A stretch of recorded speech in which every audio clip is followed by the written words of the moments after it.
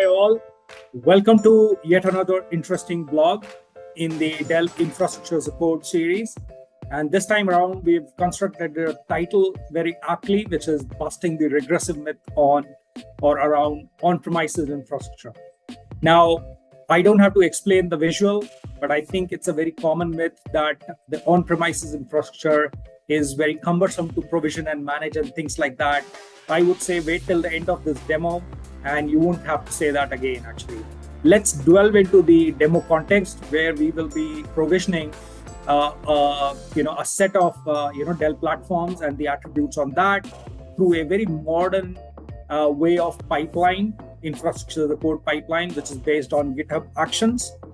Needless to say, many customers today use this method to provision their infrastructure in the cloud.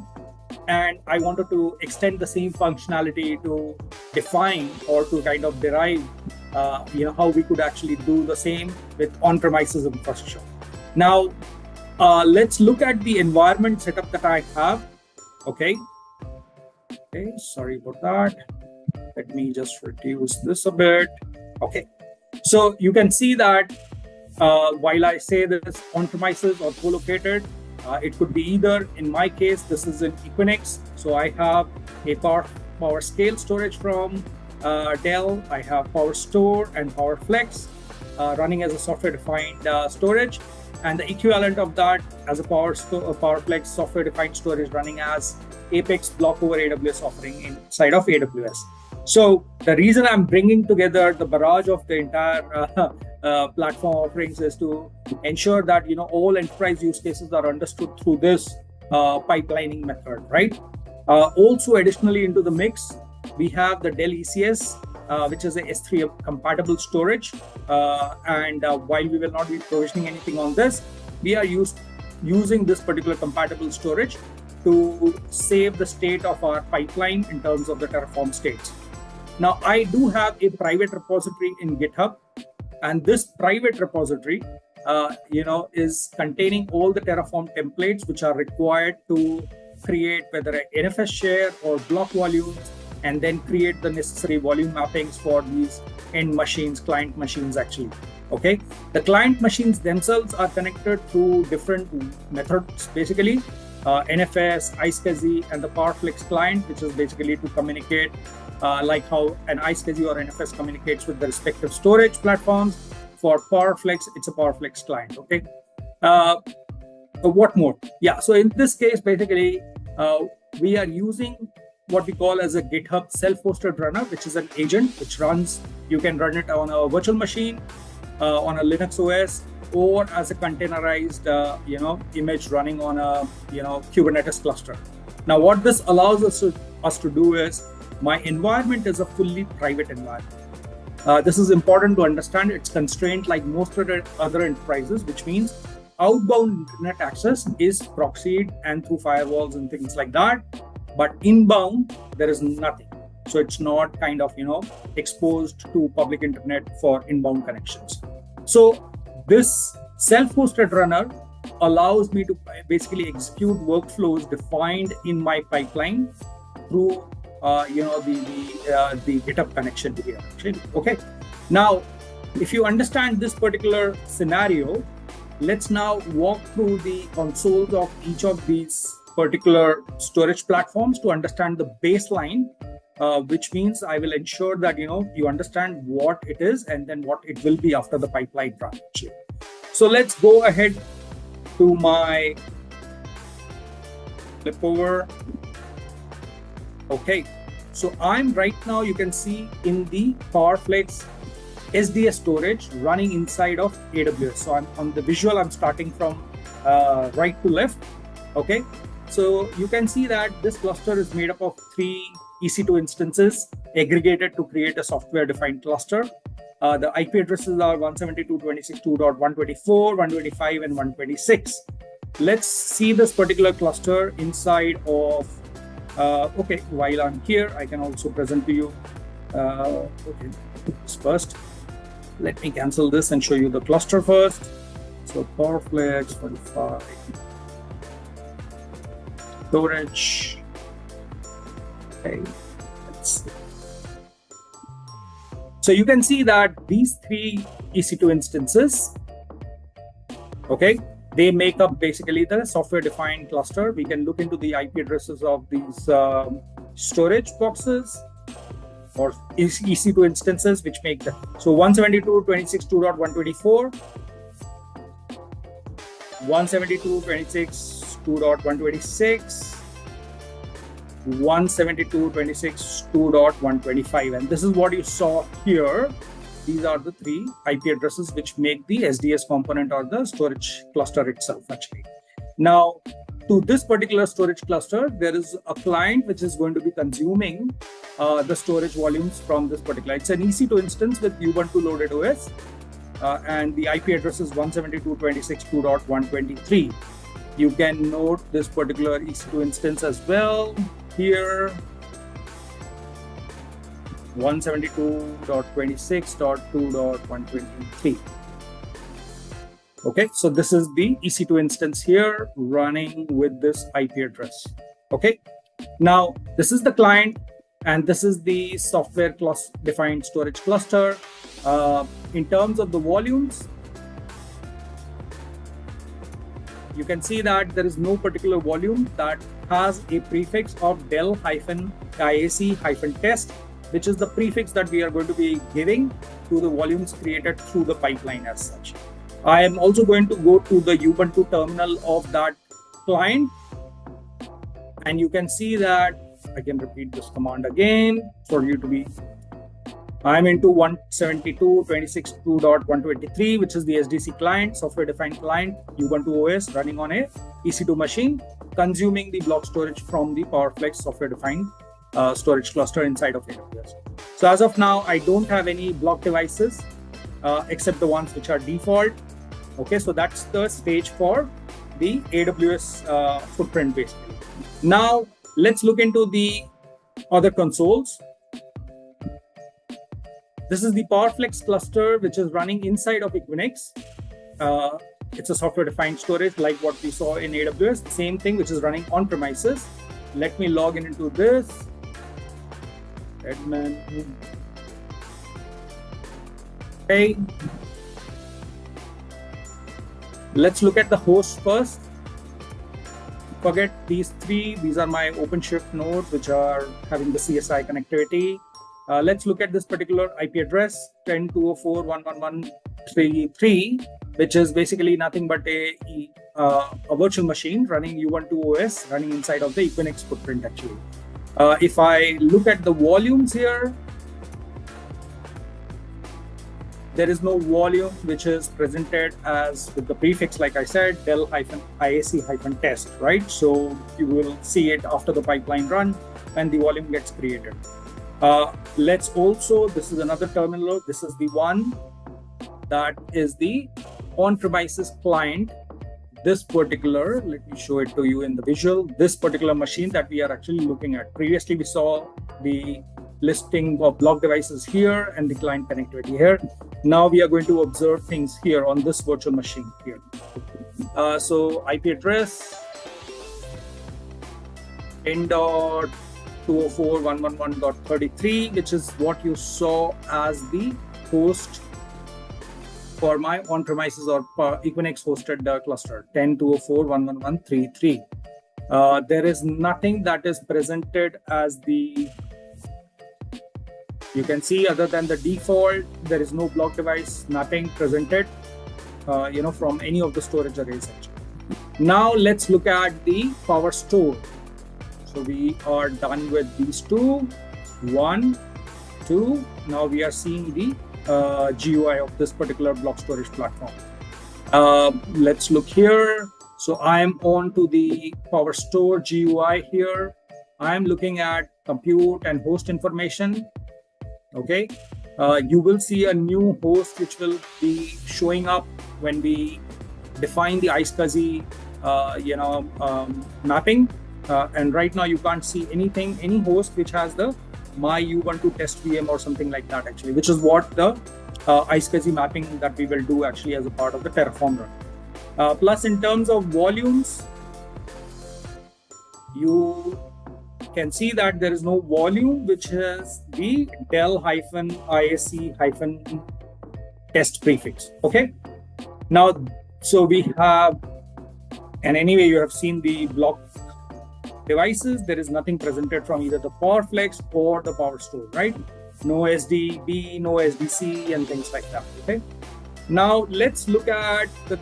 So we have done with these 3, 1, 2, and 3. Let's look at the 4th platform, which is basically PowerScale, a very potent file-based platform for storage. So you can see that I'm onto the OneFS based. OneFS is the underlying technology framework or the entire engine behind PowerScale. There are no NFS exports as of now.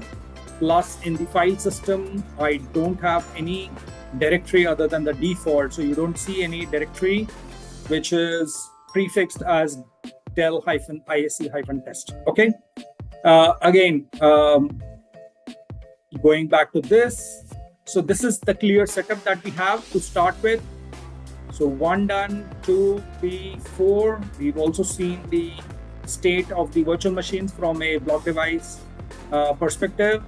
Let's look at my GitHub, and I'll explain you or walk you through an overview of the structure of how things are constructed.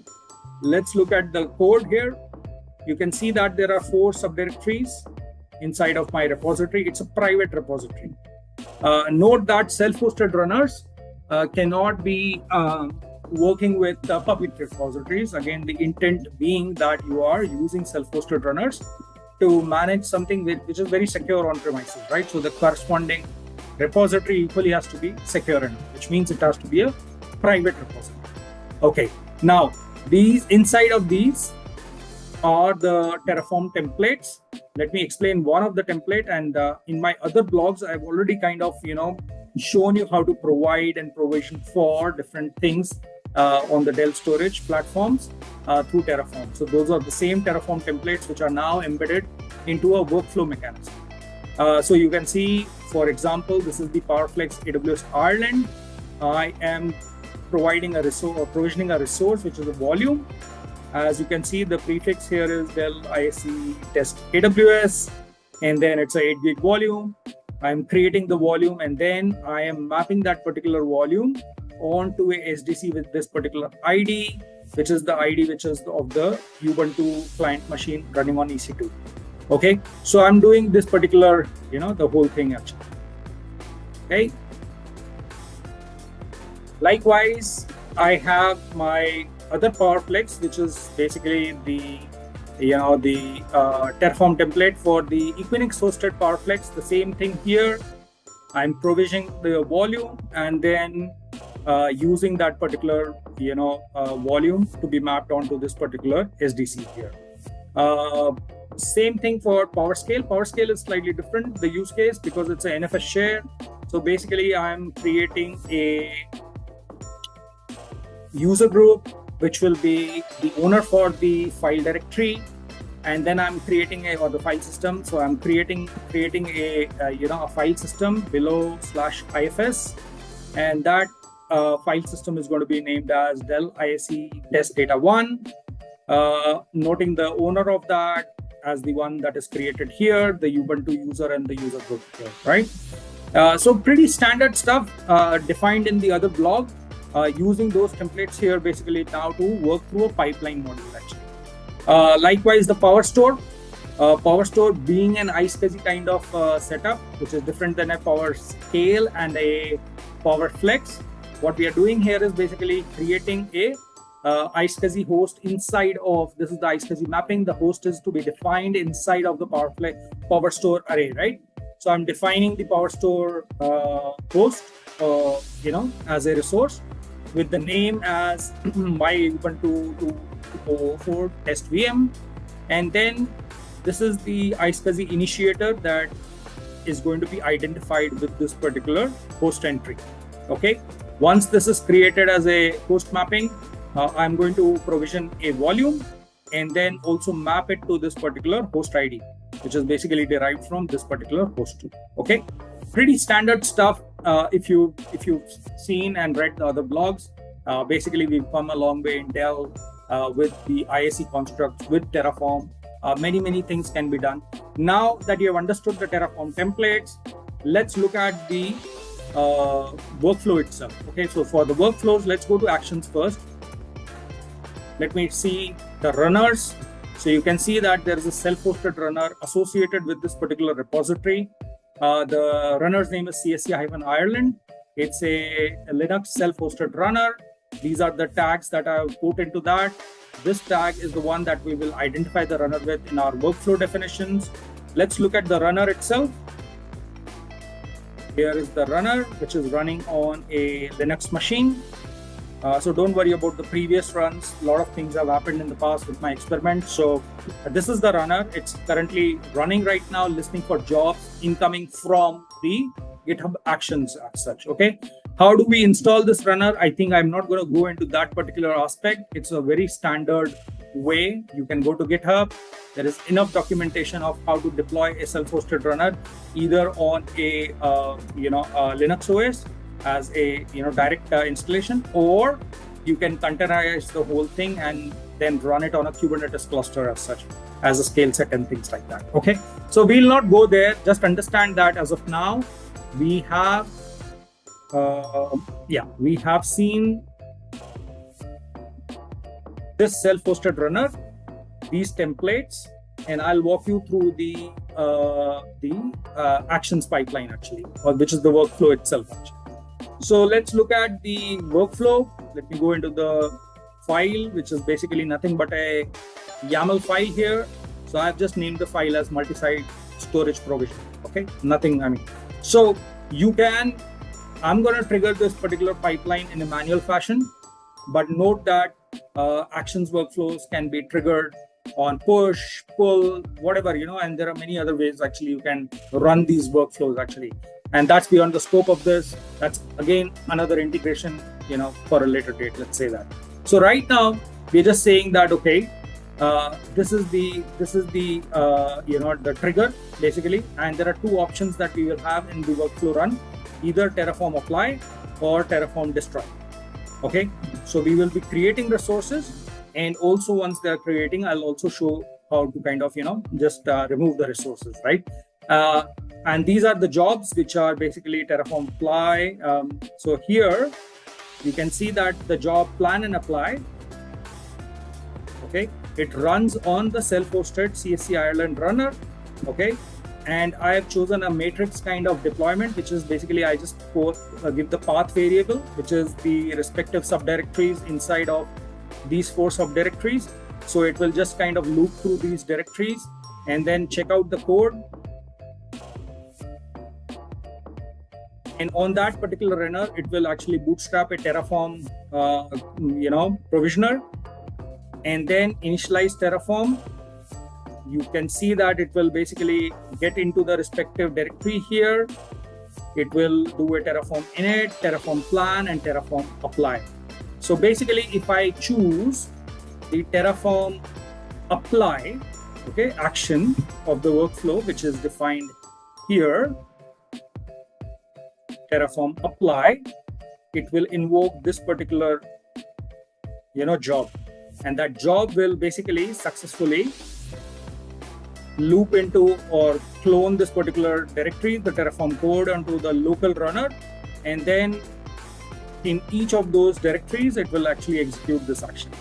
Pretty standard, pretty simple. There are so many vibrant use cases around workflows, and it's beyond comprehension, right? So in this case, let's stick to the scope of our activity. The Terraform destroy, likewise, if I select Terraform destroy here, it will basically invoke this particular job, which is Terraform destroy. You can see the linkage here. Runs on self-hosted CSC-Ireland, which is the runner running on premises. And same thing, it will actually have a matrix variable strategy, which is the directory path of these 4. And then it will check out the code, which is the Terraform code, set up Terraform provisioner, and then basically it will, instead of apply, in this case, it will Terraform destroy. Okay, so that's the plan actually of action. I think in a nutshell, you can just glance through. Again, everybody's use case is very different. The way you will provision pipelines is very different. Your templates may be different depending on. This in itself represents quite a kind of complex working of a use case in the enterprise. Let's say that, right? So having understood that this particular context, which is the entire environment, okay, our pipeline, and what do we intend to do here basically, right? So our intent is that we will provision an 8 GB volume here as a block volume, and we should be able to map it to this particular host here, the EC2 instance running on running as a Ubuntu host. Likewise, same thing here, 8 gig volume presented as a block device here on this. Likewise, 8 gig volume presented through iSCSI. Here we will create an NFS export backed by a file system. Again, that I can actually mount through the NFS client here. And then also look at the ECS S3 compatible storage.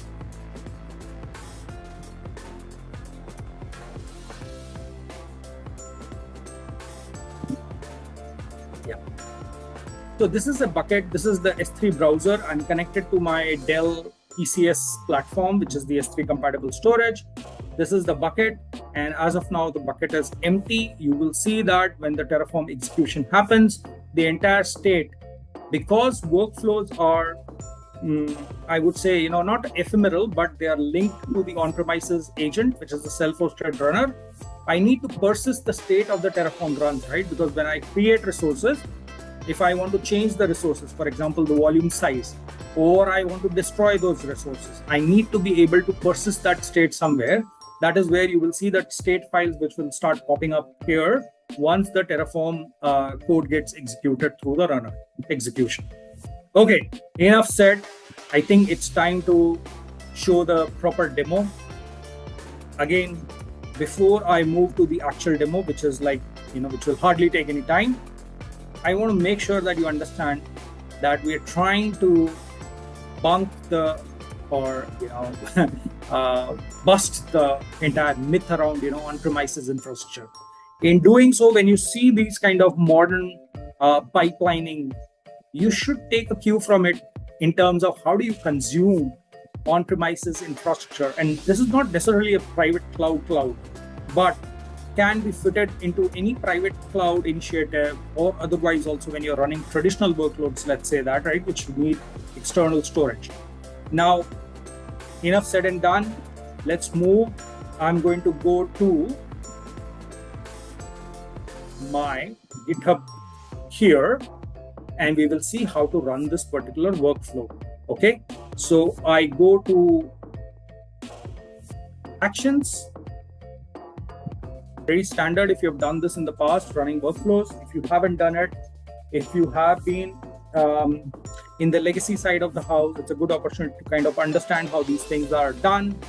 I select my workflow. Like I said, my workflows can be dynamically triggered to external calls, or I can, for example, this particular demo, I'm just going to run this workflow. Let's say I've got a request from a client or a user to do or provision all those volumes, and they have the Ubuntu instances, map it, and all that. So you can see that I have two jobs that I had defined in the pipeline run, either Terraform apply or Terraform destroy. Right now we are going to do Terraform apply. When this particular workflow starts running, you can see that the workflow has been initiated. It's right now queued here, and that queue would mean that my agent, which was listening, basically you can see that it's running a job now. Okay, previous jobs were to destroy, so this is the new job which has come in, plan and apply. Okay, it will do so. Let me show you. So let's get into this particular action run. So 0 of 4 jobs completed. 4 jobs are to basically, it will be going into each of those subdirectories and doing the Terraform init, Terraform plan, and Terraform apply for each of those templates actually, right? Because that's the matrix strategy that we have developed. So let's go here. You can see that it has started here. I can see the log of individual job. You can see that it's doing that particular Terraform init. Terraform has been initialized. Terraform is being planned. The resources are being planned, and then finally the apply. Okay. So you can see that the job has been completed, the apply has been completed, and 3 resources added, which means specifically, and you can see the green tick mark here. This is PowerFlex AWS Ireland, which means that as of this day, my volume should have been provisioned inside of the PowerFlex software-defined storage. Plus, it should have been mapped to the EC2 instance, which is running the Ubuntu OS. We will see all that, but you can see that the job is successful here. Let's look into this particular job, which is basically doing the same thing, but on the PowerFlex Equinix software-defined storage. So let's see here. Okay. You can see that apply complete, 3 resources added. Basically, there's a null resource there, excluding that, the volume and the volume mapping basically. Now, both of them are in green ticks, which means it's good. Let's see which one is running. Starting job. This one is running. Okay. Which is the PowerScale. Okay. So here it is creating a file system, and that file system basically will be the ownership of that file system will be equally applied through the creation of the user and the group actually in the PowerScale system. Plus the NFS export also will be created. So we have seen that this is also a successful run. The last one is the Power Store, which is basically the block volume creation inside of Power Store, and then creating the iSCSI host mapping, and then or the host definition, and then the volume mapping to that particular iSCSI host actually. So it has done the planning. Now it is basically doing the creation. So let's just wait for it. And then once it's all done, I will show you how it looks from a GUI perspective. Okay. So you can see that this is also a successful run. We will wait for the green tick. Yeah, the green tick is there. So you can see that this particular host has been created with the iSCSI host. And this is the volume ID which has been created actually. Okay. All this we will see now. So as of now, I am happy because all the 4 jobs are successfully run, which means what you have seen is basically a very modern way of running the pipeline with Terraform infrastructure as a code, managing on-premises infrastructure and an instance running inside of AWS in a completely constrained environment, which is a private environment, right? Typical of many enterprises. Secure, repository is private, everything is good. Okay. Now, let's verify. Okay, so the way we will verify this is, you can see I'm looking at the console of the runner. The runner also says the same thing. Let's look at the GUIs. Okay, let's start with the sequence right to left. So we will look at the GUI of the PowerFlex here inside of AWS. Okay, now let's look at the hosts. You can see that this is the SDC, and you can see correctly the number of mapped volumes is 1. Okay, and like I said, prior to, while we were observing the baselines, we saw that there was no volume in any of these systems with the prefix of Dell -ISE whatever, right? So now you can see that there's a new volume here with the prefix Dell ISE test AWS 0, the index count, and then this is also mapped to that host. You could see it from the host menu or from the volume menu. The host it is mapped on to is this basically, right? This is the 1. The mapped volumes is also showing as 1. Okay. So this basically establish our job number 1, which is basically the actions pipeline ran. The first job it completed was the entire shebang of this AWS footprint here. Okay, in the visual we had the right side. Now let's look into the SDS, which is running inside of Equinix as PowerFlex. Let me just refresh. Login.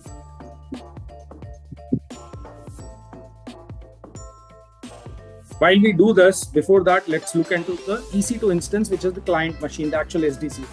When we say that it has been mapped to the Ubuntu instance as an EC2 instance running inside of AWS from the PowerFlex SDS cluster, we should be able to also see the block device here. You can see that from the previous run, there was nothing called as skinny A. So skinny A is the way the terminology or the naming convention for block devices presented to PowerFlex systems. So this is the 8 gig volume that we have provisioned that you saw in the GUI, and this is skinny A. Now you can create the file system, create the file system on this volume and start consuming them, mount a particular directory onto this volume. I think rest is known to you, right? So I'm not going to get into that part. Now, we have shown you this particular side finished.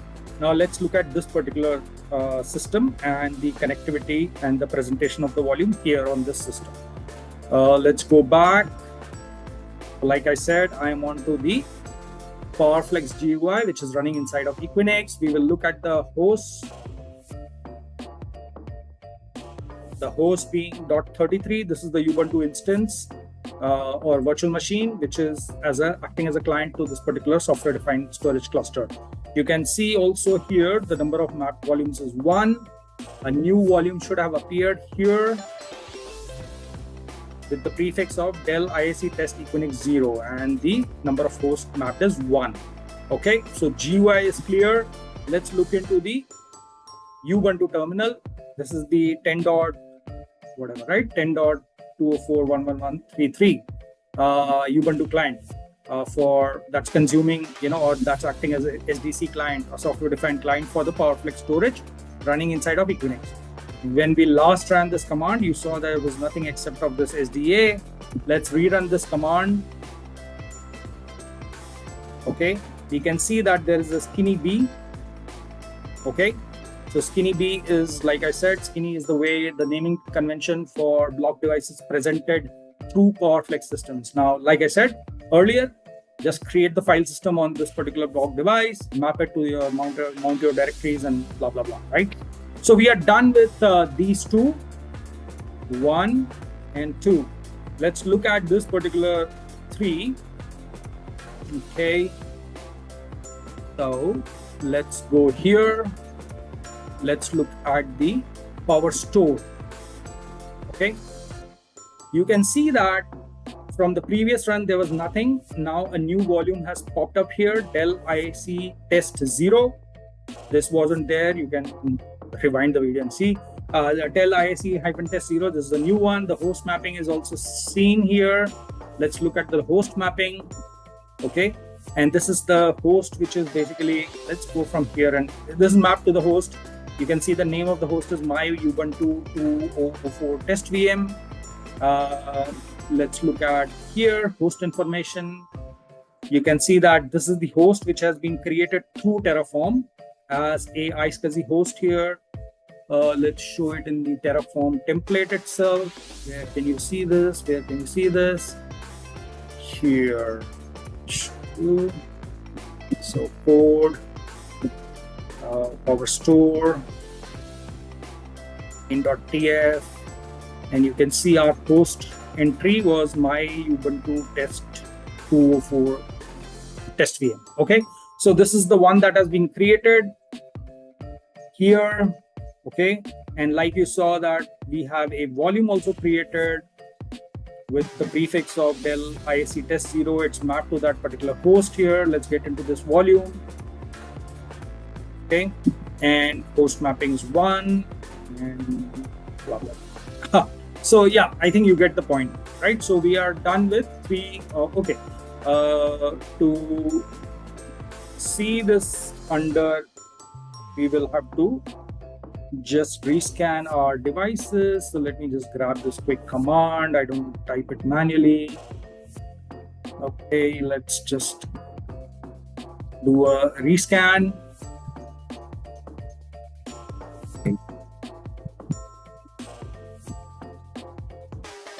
STB, yeah. So lsblk. So you can see that the volume is now also appearing in my block devices here. It's a 8 gig volume. Feel free to create the file system and start consuming the volume. Okay. Now, so we are done with these 3. 1, 2, and 3 appropriately provisioned and mapped. Now let's look at the 4th one, which is basically an NFS share. Okay, and let's look here. I'm going to go back to my PowerScale GUI.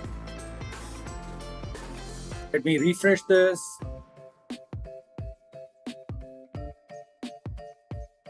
Okay.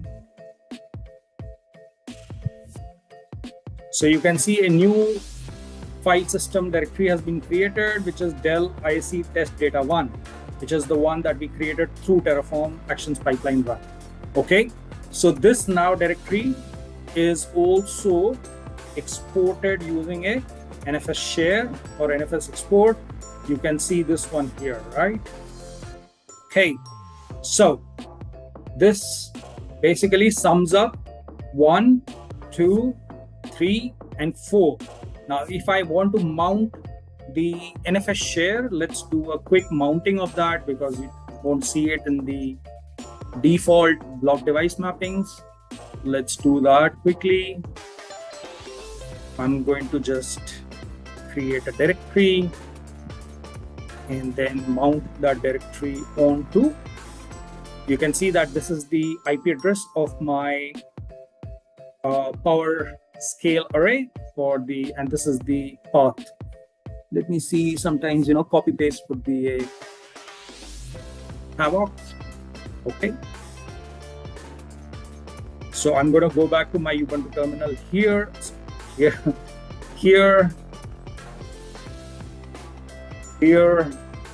Let's see if I'm able to consume or mount the. So now let's look at here. Okay.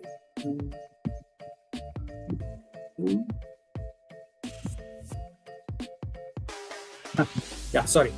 Yeah, so if I do a df-h, you can see that my NFS share is also mounted. This is the directory that I just created, 1FS test, and then this is the NFS mount. Okay, so again, just to kind of highlight and summarize the state right now is that we have a successful execution of a modern way or a cloud native way of defining infrastructure assets on premises. Again, I've also shown you an extensibility of a footprint inside of cloud. Note that this is not VMware solution running on cloud and my PowerFlex array running on that. No, these are native AWS offerings like EC2, which are converted into an aggregate cluster mechanism running as a PowerFlex software-defined storage, right? Which is called as Apex block over AWS. All said and done, the experience is what matters, right? Obviously, once you are moving from a very legacy way of doing things to a very modern cloud native way, unless you have experience with these toolkits, it will be a little bit of a teething problem to upscale your workforce or know how these things work. But once you are into the thick and thin of a cloud way of doing things, I think this pretty much becomes standard. And whatever you want to customize, howsoever you want to kind of run your pipelines or design your pipelines, it's up to you. They need to go hand in hand, your business with your business requirements, the way users perceive their requirements, and if there is any external tooling that you want to bring into the mix, to kind of interface with GitHub, for service invocation and things like that, or authorization of workflows and whatever, all that can be done. It's an ecosystem of sorts, right? So yeah, feel free. Now, at this stage, it's imperative, whatever we have done, I also need to, I feel obliged to show you how do I, just kind of undo whatever we have done, right? So, okay, we haven't seen this part, which is around the state. So obviously, I cannot undo everything unless I know and preserve the state somewhere. So let me just refresh this.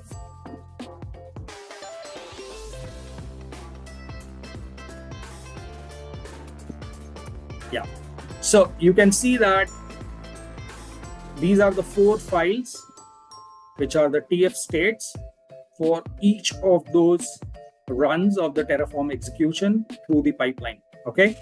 Now, because it's persisted externally, it's easier to work with these states and do whatever necessary modifications have to be done. Actually, an example of this could also be if I want to expand the volume. That also can be done actually, and Terraform supports that. Basically, I can make a 8 gig volume into a 16 gig volume, do the pipeline run again, and then be done with it actually. I mean, you will see the new volume out there. All that is okay.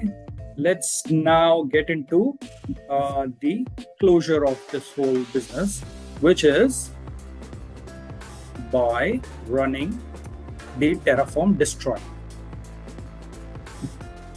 Okay, so I go back to my GitHub repository here, go to Actions, go to Workflows,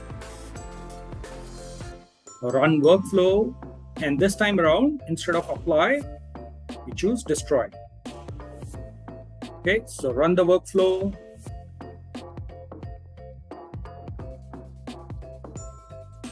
You can see the workflow has started.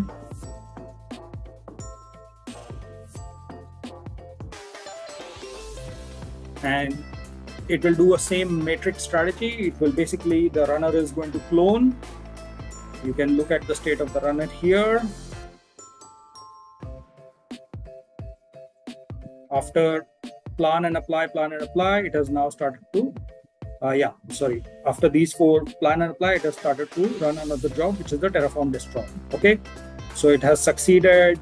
So it's going through each one of those subdirectories into the clone templates from the GitHub private repository, and it's executing each of those Terraform destroy actions actually for those templates and the state which is persisted in an external S3 compatible storage with Dell ECS. Let's look at the GitHub again. 1 tick mark done. So PowerFlex AWS done, which means that while the others are being done, we can quickly see if the volume has been destroyed or not. So let's go to the PowerFlex. Here is the AWS PowerFlex, and you can see that the mapped volumes has become to 0 again, which means that there should not be any volume with the Dell-IAC. Okay, so all good there. Let's look at the other one now. Okay, you can see that it's already gone from the Equinix also, which means the second run would have been also done here. Yeah, the second one is also done, which is PowerFlex AWS Ireland or Equinix Ireland. Third one is also done, which is PowerFlex Equinix PowerScale, which is the file sharing platform, right? So if I go here and go to the PowerScale GUI, you will let me refresh. So you can see the stale entry, right? I mean, of whatever here, right? So Dell IAC test data 1, the NFS export. Let me refresh the browser. You should see this being deleted. Okay, as simple as that. Okay, so nothing available here.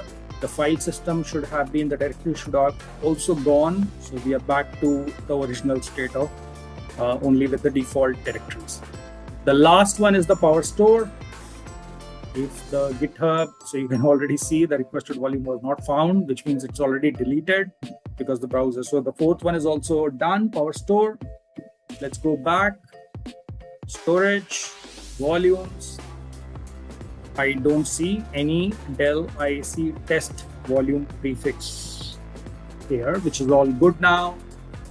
For the host definition, there is nothing called as my Ubuntu test VM 2004 and all that, right? So yeah, all done. So this brings us to a full-fledged closure of a, workflow pipeline through GitHub Actions that basically runs over or iterates over all these particular platforms that you see.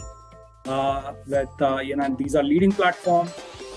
They've been proven in the enterprise for like decades now with, enterprise features, performance, cost, whatever you can think of. And now with the agility, That's very important, right? And this agility brings, a very subtle way of saying that, you can design your on-premises experiences like what you would do with the cloud and not be burdened with the traditional way of doing things alone, right? Again, your processes and your organizational and construct, your operating model has to kind of lean into this way of doing things, but technologically, it's all possible actually, okay?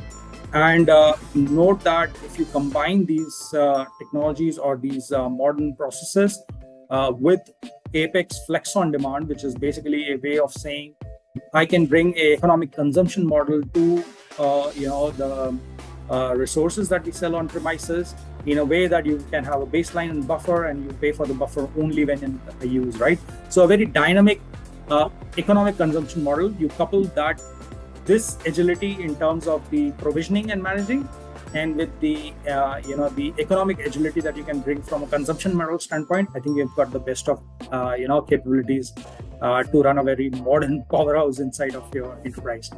So thanks a lot.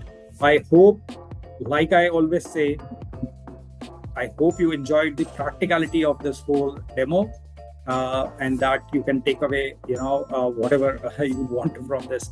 But I want to definitely go to the title slide and then close on this particular statement that we have indeed, I hope we have busted the regressive myth for on-premises infrastructure. Thanks a lot. Thank you.